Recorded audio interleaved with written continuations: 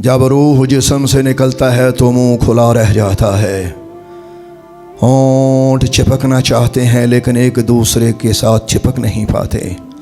रूह पाँव खींचता हुआ ऊपर की तरफ आता है और जिस वक्त रूह सीने और फेफड़ों तक पहुंचता है तो सांस बाहर की तरफ यानी एक ही तरफ को जाना शुरू हो जाता है।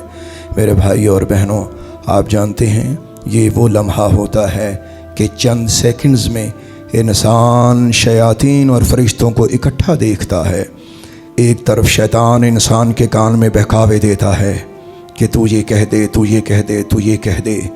और अगर इंसान बदकार हो, तौबा के बग़ैर मर गया हो, नऊज़ु बिल्लाह, या काफिर मरा हो, तो मेरे भाइयों इंसान का जहन मऊफ़ हो जाता है, उसे पता ही नहीं चलता कि उसने क्या कहना है। और अगर इंसान नेक होता है तो वो कलिमा पढ़ने की तरफ जाता है। मेरे भाइयों, आप जानते हैं कि जिस वक्त रूह यहाँ से ऊपर निकलता है तो हल्क की तरफ आता है और हल्क में आके रूह जब अटक जाता है तो उस वक़्त इंसान के गले से गरगराहट निकलती है।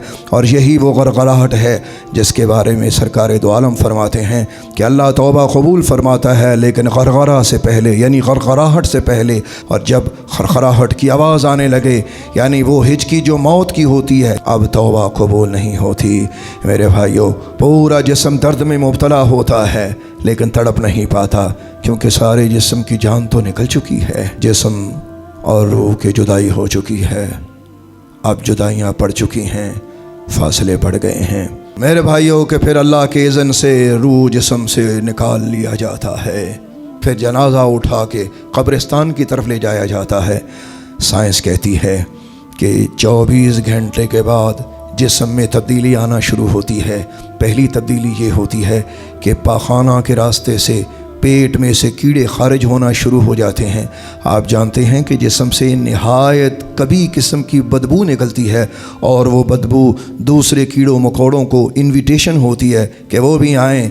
इस तरह दीगर कीड़े मकोड़े भी शामिल हो जाते हैं और आके इंसानी जिस्म को खाना शुरू कर देते हैं। 3 दिन बाद इंसान का नाक बदल जाता है। मेरे भाइयों, ये वही नाक है, ये वही नैन नक्श है जिसकी बदौलत हम घमंड किया करते थे।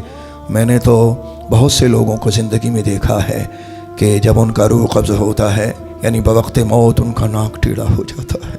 या अल्लाह, हमारी शक्लें बिगड़ने से बचाना। मेरे भाइयों, 6 दिन बाद उसके नाखन गिर जाते हैं और 9 दिन बाद बाल गिर जाते हैं और 17 दिन बाद उसका पेट फट जाता है, बीच में से आंतड़ियाँ निकल आती हैं।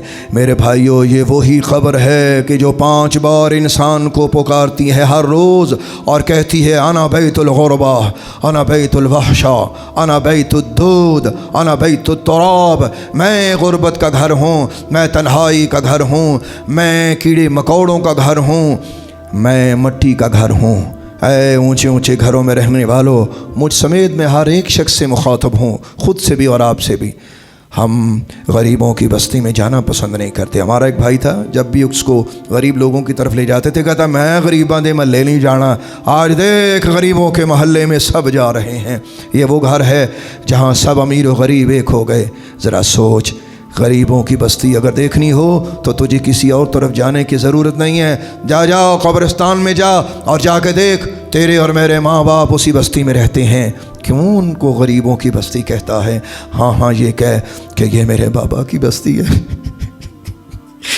ये मेरी माँ की बस्ती है, या मेरे फलां अजीज़ रहते हैं, ये मेरे रिश्तेदारों की बस्ती है, ये मेरे रिश्तेदारों का घर है, ये गरीबों की बस्ती है। और मेरे भाइयों, बड़े बड़े महल्लात में रहने वालों, कभी आँख खोलो और जाओ गरीबों की बस्ती में जाके देखा करो।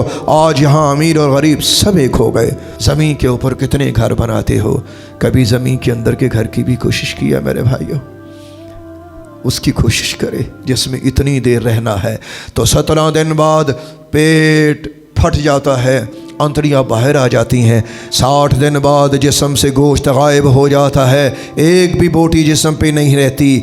और 90 दिन बाद तो सारी हड्डियाँ एक दूसरे का साथ छोड़ जाती हैं और 1 साल बाद ये हड्डियाँ भी बोसीदा हो जाती हैं। देखो देखो मेरे भाइयों, मेरा और आपका अंजाम क्या है? वो कब्र की अंधेरी रात है, वो कब्र के कीड़े हैं, वो कब्र की तन्हाई है, वो गुरबत का घर, वो गरीबों का घर, वो तेरा और मेरा घर है।